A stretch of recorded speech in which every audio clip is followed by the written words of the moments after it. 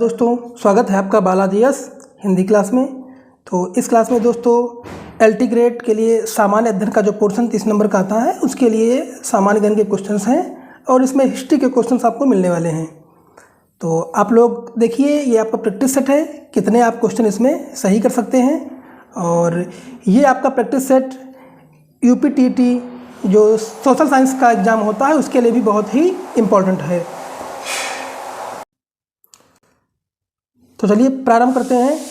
आज का क्वेश्चन है, पहला क्वेश्चन है, इनमें से कौन गजनी राजवंश का संस्थापक था? अल्पतगीन, महमूद, सुबुतगीन या इस्माइल? बताइए। तो गजनी वंश का संस्थापक कौन था दोस्तों? अल्पतगीन था। ऑप्शन नंबर ए दोस्तों आपका सही हो जाएगा। चलिए अगला क्वेश्चन देखते हैं। निम्नलिखित में से मध्य एशिया के किस शासक ने 1192 ईस्वी में उत्तर भारत को जीता? जलालुद्दीन मंगरबर्मी या गजनी का महमूद या शिहाबुद्दीन मोहम्मद गोरी या चंगेज़ खां? तो जो दो युद्ध आपके हुए थे 1191 में और 92 में। तो 92 में जो जीता था वो शिहाबुद्दीन मोहम्मद गोरी ने जीता था। ऑप्शन नंबर सी दोस्तों सही हो जाएगा। अगला है, मंगोल आक्रमणकारी चंगेज़ खां का भारत के उत्तर पश्चिम सीमा पर निम्न में से किसके काल में आया था? बताइए। मंगोल आक्रमणकारी जो आया था किसके शासनकाल में? अलाउद्दीन खिलजी, इल्तुतमिश या बलबन या ऐबक? तो ये जो आया था आपका इल्तुतमिश के शासनकाल में आया था। ऑप्शन नंबर बी दोस्तों सही हो जाएगा। अगला है, निम्नलिखित में से किसने भारत में प्रसिद्ध फारसी त्यौहार नवरोज को आरंभ करवाया था? तो जो फारसी त्यौहार का आरंभ हुआ था बलबन, इल्तुतमिश, फिरोज शाह तुगलक या अलाउद्दीन खिलजी? तो ऑप्शन नंबर आपका सही हो जाएगा। ये आपका बलबन ने त्यौहार नवरोज का आरंभ करवाया था। ऑप्शन नंबर दोस्तों ए सही हो जाएगा। अगला है आपका, दिल्ली के किस सुल्तान ने सिकंदर सानी की मनोपाधि धारण की थी? बलबन, अलाउद्दीन खिलजी, मोहम्मद बिन तुगलक और सिकंदर लोदी? तो सिकंदर सानी की जो उपाधि धारण की थी वो अलाउद्दीन खिलजी ने धारण की थी। ऑप्शन नंबर बी दोस्तों सही हो जाएगा। अगला है, अलाउद्दीन खिलजी के निम्न सेना अध्यक्षों में से कौन सा तुगलक वंश का प्रथम सुल्तान था? तो जो तुगलक वंश का प्रथम सुल्तान दोस्तों था गाजी मलिक, मलिक गाफूर या जफर खां? तो ये आपका था मलिक गाजी मलिक जो है ये तुगलक वंश का सेनाध्यक्षों में से प्रथम सुल्तान था, जो कि ऑप्शन नंबर आपका दोस्तों ए सही हो जाएगा। चलिए अगला है, दिल्ली सल्तनत का सर्वाधिक विद्वान शासक जो खगोल शास्त्र, गणित एवं आयुर्विज्ञान सहित अनेक विद्वानों में माहिर था, वो कौन था?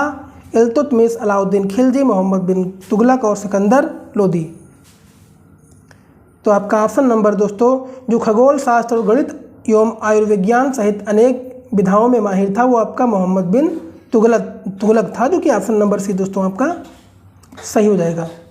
चलिए अगला देखते हैं, किसने सल्तनत काल में डाक व्यवस्था का विस्तृत विवरण दिया है?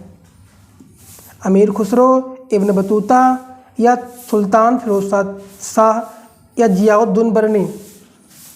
तो ऑप्शन नंबर आपका सही हो जाएगा इब्न बतूता, जो कि डाक व्यवस्था का विस्तृत वर्णन दिया है कब? सल्तनत काल में। ऑप्शन नंबर बी दोस्तों सही हो जाएगा।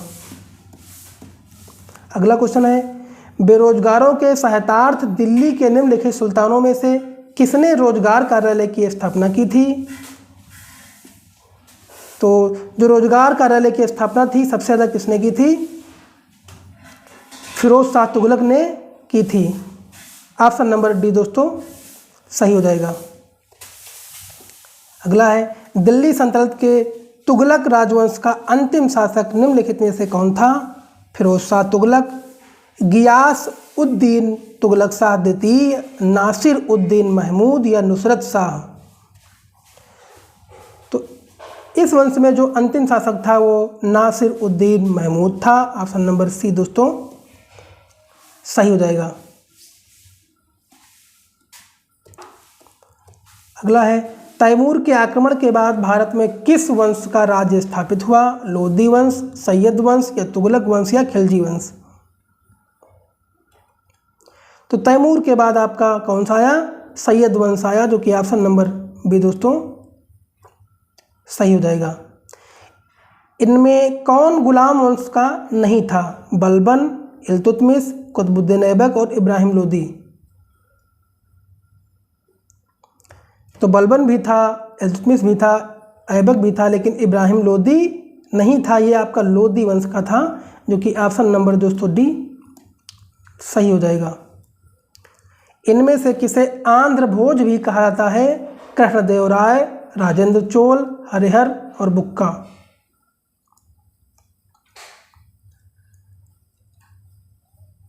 आंध्र भोज किसको कहा जाता है दोस्तों? ये कृष्णदेवराय को आंध्र भोज कहते हैं, जो कि ऑप्शन नंबर ए दोस्तों सही हो जाएगा। अगला है आपका 1565 में कौन सा प्रसिद्ध युद्ध हुआ? पानीपत का प्रथम युद्ध, खनवा या खानवा का युद्ध या पानीपत का दूसरा युद्ध या तालीकोटा का युद्ध। जो 1556 में हुआ था ये आपका तालीकोटा का युद्ध हुआ था, जो कि ऑप्शन नंबर आपका डी सही हो जाएगा। निम्नलिखित में से किस स्थान के खंडहर विजयनगर की प्राचीन राजधानी का प्रतिनिधित्व करते हैं? अहमदनगर, बीजापुर, गोलकुंडा या हम्पी। तो विजयनगर की प्राचीन राजधानी का जो प्रतिनिधित्व करते हैं ये हम्पी करते हैं, जो कि ऑप्शन नंबर दोस्तों आपका डी सही हो जाएगा। विजयनगर के किस शासक ने चीन के सम्राट के पास अपना राजदूत भेजा था? हरिहर प्रथम, कृष्णदेवराय, सालू नरसिंह। तो ये आपका क्या हो जाएगा? बुक्का प्रथम हो जाएगा। ऑप्शन नंबर बी दोस्तों सही हो जाएगा। तो दोस्तों अगर आपको वीडियो अच्छा लगा हो तो लाइक करिए, कमेंट करिए और चैनल को सब्सक्राइब कर लीजिए। इसके पहले मैं कई पार्ट इसके दे चुका हूँ और ये सामान्य अध्ययन की ये सीरीज़ है आपकी, जब तक आपका एग्जाम नहीं होता तब तक चलती रहेगी। और अभी इसके इतिहास के क्वेश्चंस आ रहे हैं, आगे आपके मिक्स क्वेश्चंस आएंगे। इतिहास, भूगोल, राज व्यवस्था के सारे क्वेश्चंस मिक्स आएंगे। अभी ये आपके इतिहास के हैं, कुछ दिन अभी भूगोल का प्रैक्टिस चलेगा, उसके बाद मिक्स आपको देंगे तीनों सब्जेक्टों में। जिस सिलेबस के अनुसार, जो सिलेबस आपका LT ग्रेड में दिया गया है उसी के अनुसार मैं आपको ये क्वेश्चन ढूंढ के विभिन्न किताबों से मैं आपको प्रोवाइड कराऊंगा। अगर दोस्तों वीडियो अच्छा लगा हो तो लाइक करिए, कमेंट करिए, चैनल को सब्सक्राइब कर लीजिए और अपने सारे ग्रुपों में सेंड कर दीजिए। धन्यवाद।